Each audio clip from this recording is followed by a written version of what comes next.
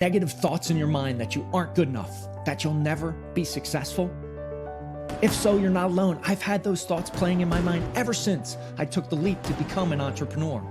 It's a dirty, dark secret that no one likes to talk about, as the glamorization of becoming an entrepreneur is shown in the media.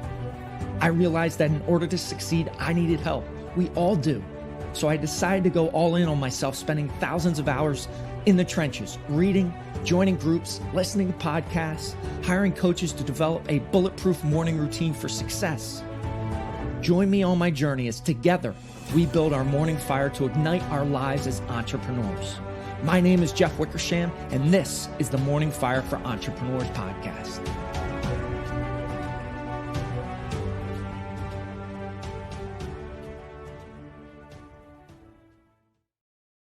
Welcome to the show. I am excited to have special guest Danielle Mulvey on the show. Danielle, welcome to the show. Thanks for having me, Jeff. You are so welcome. So I always love getting into state before we get into a great conversation. I love our topic that we're going to be discussing today. So let's get 3 power breaths in, where we breathe in and out, center ourselves, ground ourselves in the present moment. Let's go ahead and breathe in and out. Good. Another breath in and out. Final breath in and out. All right. Now we're going to amp up that energy. I'm going to go 3, 2, 1. We're going to yell boom at the top of our lungs, and 3, 2, 1, and boom. Boom. Love it. Thank you for playing along. So morning routines, habits, rituals. I feel it's the foundation of how we start our days, how we start down that path towards success. So share with the audience what 1 or 2 things you do, Danielle, that starts you down that path.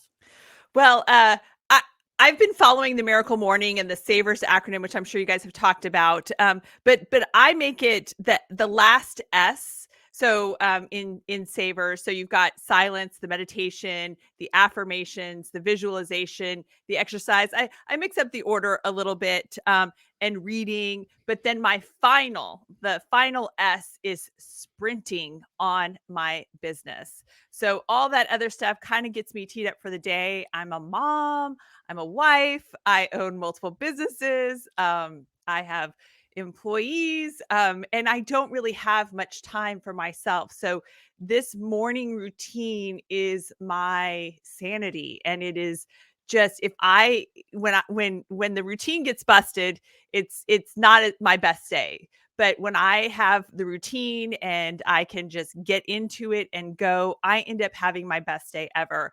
And the final S, the sprinting on my business is become so powerful to me that I actually now host sprints for other people, actually all over the world.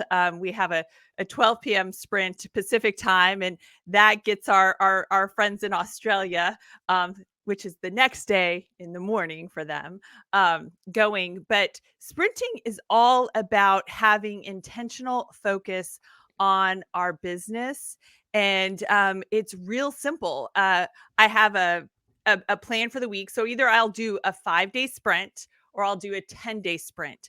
Okay. And I start with, what is my intention at the end of these 5 days? Or what is my intention at the end of these 10 days? Because as a business owner, we, have these amazing ideas, and we just think that and hope that one day a miracle will happen in our calendar, and we'll have like an afternoon off of like 4 or 5 or 6 hours, a real good chunk of time to dive in and do something.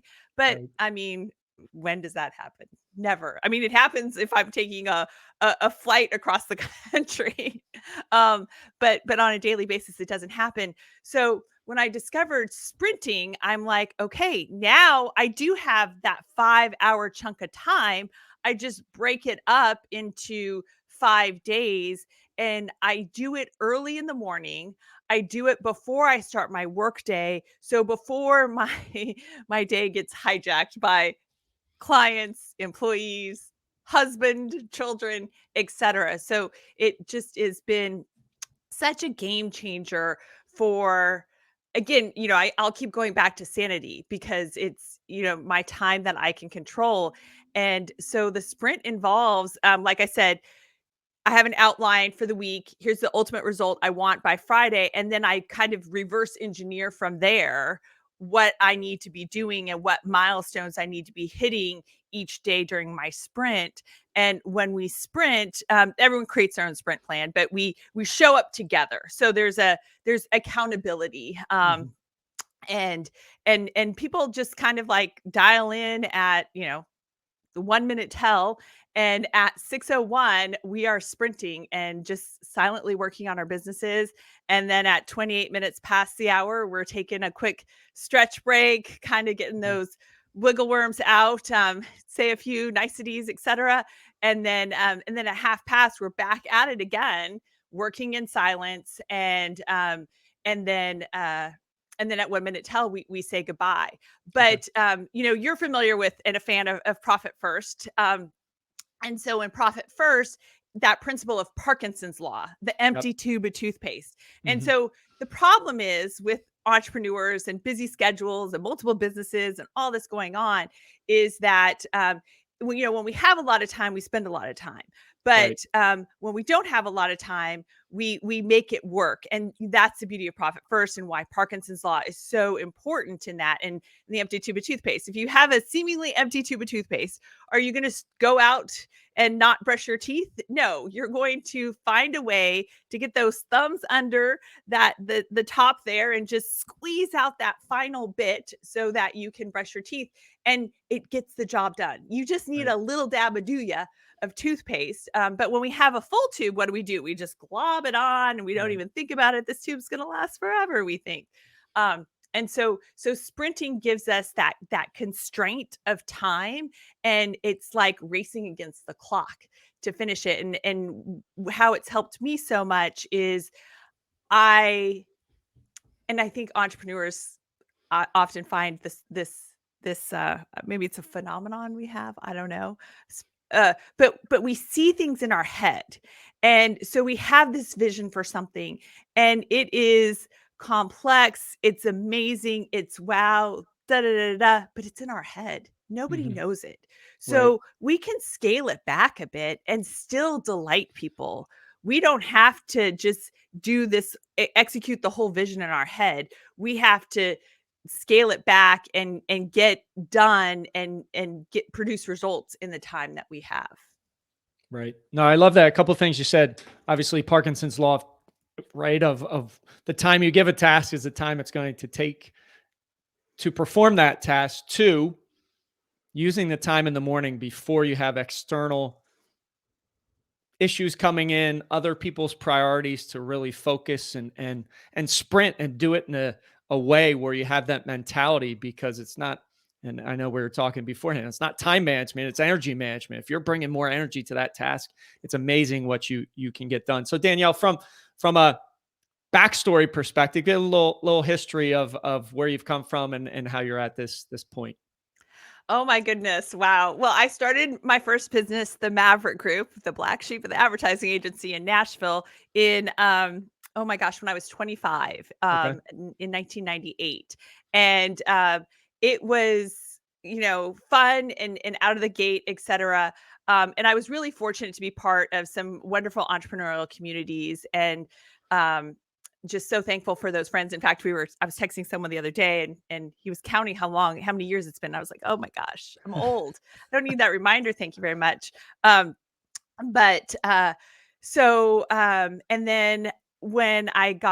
then I got married, had kids, etc. My husband and I started a couple businesses. We moved back to California. I'm sorry, I was in Nashville, moved to California, where I'm from originally. And we started a couple businesses in 2010. And at that time, oh my gosh, my kids were, 4 and 2. And so, I was a little bit more in mommy mode at that point and such. And, as they've gotten older and more expensive, I've been able to kind of get some other things going and such. But what's interesting, I think, about me and where I am now and kind of this entrepreneurial journey I've had over the last 25 years is that, my husband and I own multiple businesses that do over $50 million a year. But I only spend 10 hours a week overseeing the operations of those businesses.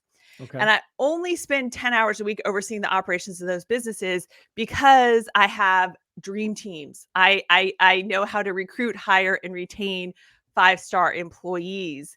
And so, I mean, I can do the work, but these people are much better at doing whatever needs to be done than me. And I'm just kind of like um, the visionary, the strategic thinker, et cetera. So, we run daily huddles across the different businesses. So I'm in touch with what's going on. There's some things that I do on a weekly basis in those businesses. In fact, I do the allocations on allocation day. Takes Okay. me 3 minutes. I don't do the bank transfers, but I do get the numbers from our accounting department, plug it into the spreadsheet. The calculator does the math, and then I send it back to them so that I know what's going on. But I'm still involved. I still own the financials of the businesses that I own. And then the balance of my time, because I definitely work more than 10 hours a week, I spend hosting a podcast, guiding other entrepreneurs. I'm collaborating with Mike Michalowicz on his next book, All In. So, I just really love just being part of an entrepreneurial community. That's amazing. And when you said 10 hours per week, I'm sure I was like, wow, that is amazing. But you have other pieces, and it's so critical.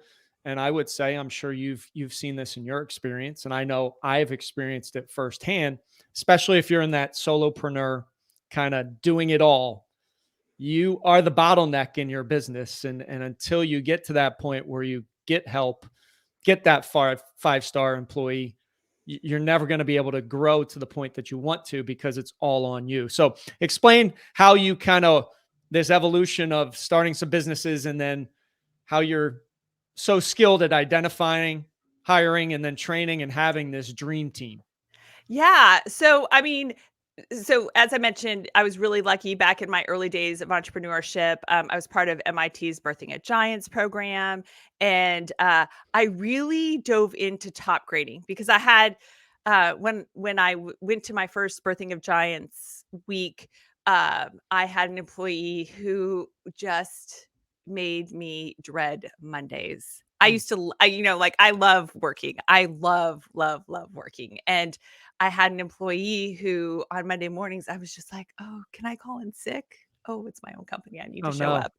Yeah. And, he was just an individual who was, combative, just didn't I mean, we're an advertising agency. We have to make the clients happy. We've got to, make changes to things and such. And he was just not getting it. He thought he was God's gift to graphic design because he had a newly minted degree. I mean, he was a young kid. And so we actually had a top grading session there, and I'm like, "Oh my gosh, this is what I need," because I hired this guy like most people hire people. He was the brother of someone I went to college with and the fraternity brother of one of my other graphic designers. So I'm like, "Oh, he's okay. Sure, come on in. Yeah.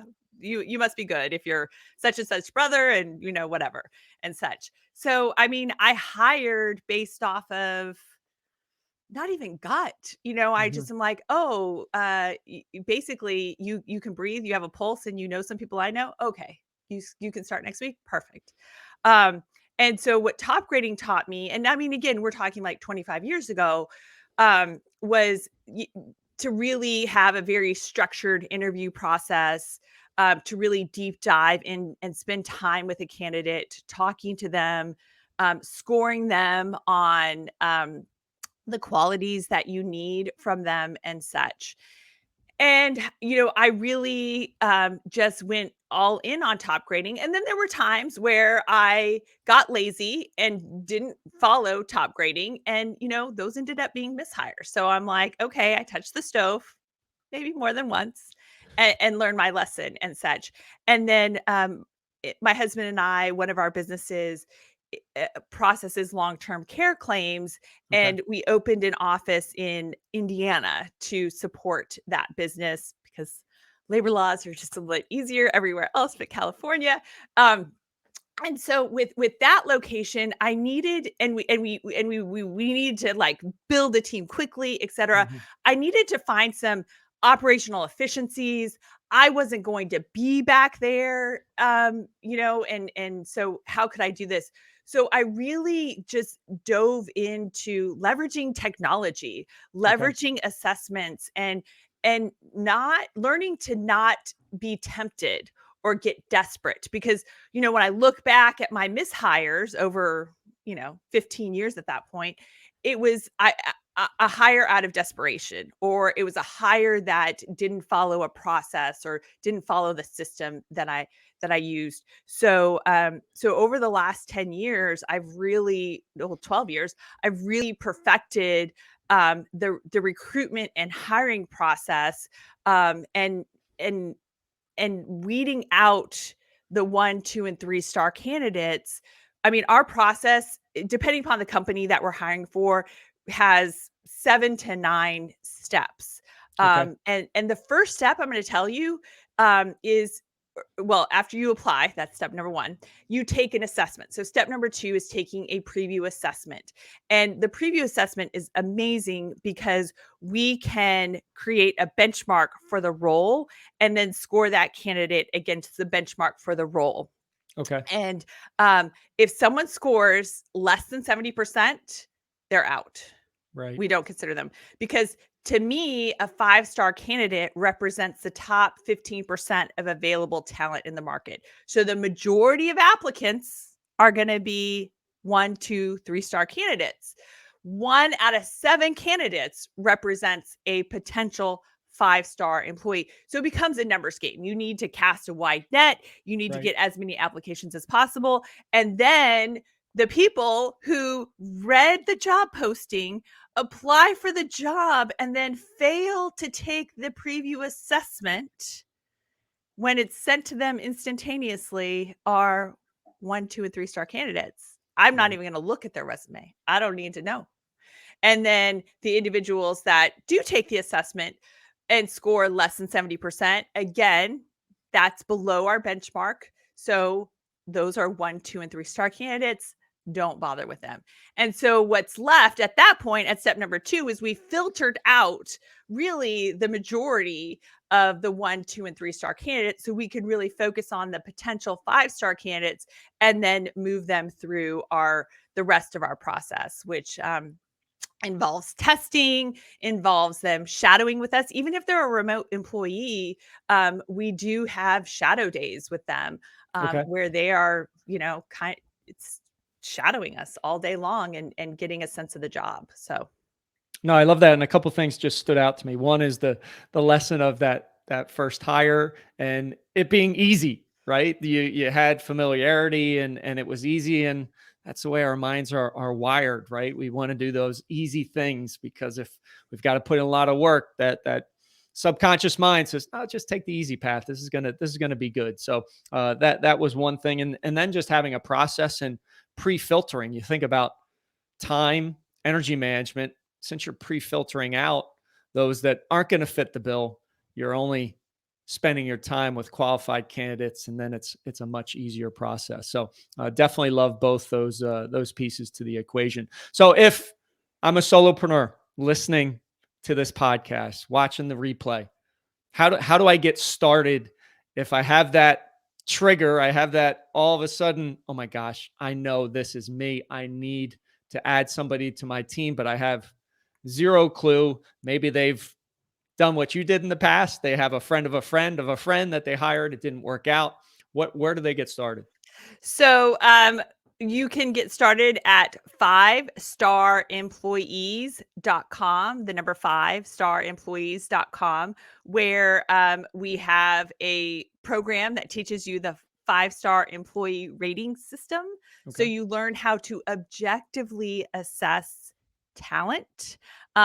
You can use it on existing employees and you can use it on candidates.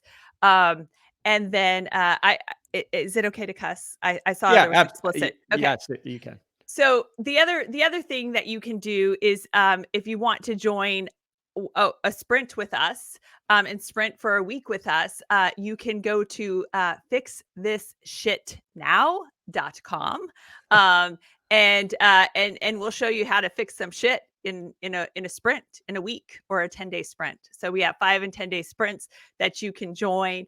And in these ones, they are they're structured and they're guided so that you're set up for success and not left to your own devices. But then once you kind of understand the rhythm and how to do this, then you can create your own sprints.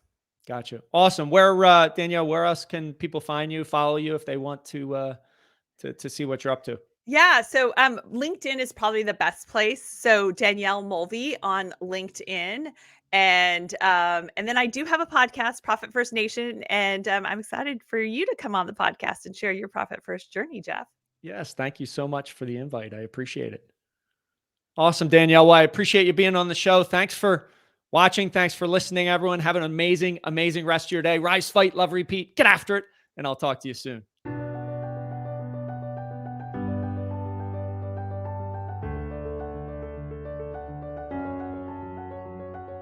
Thank you for listening to the Morning Fire for Entrepreneurs podcast. You now have the knowledge, but without action, knowledge is useless.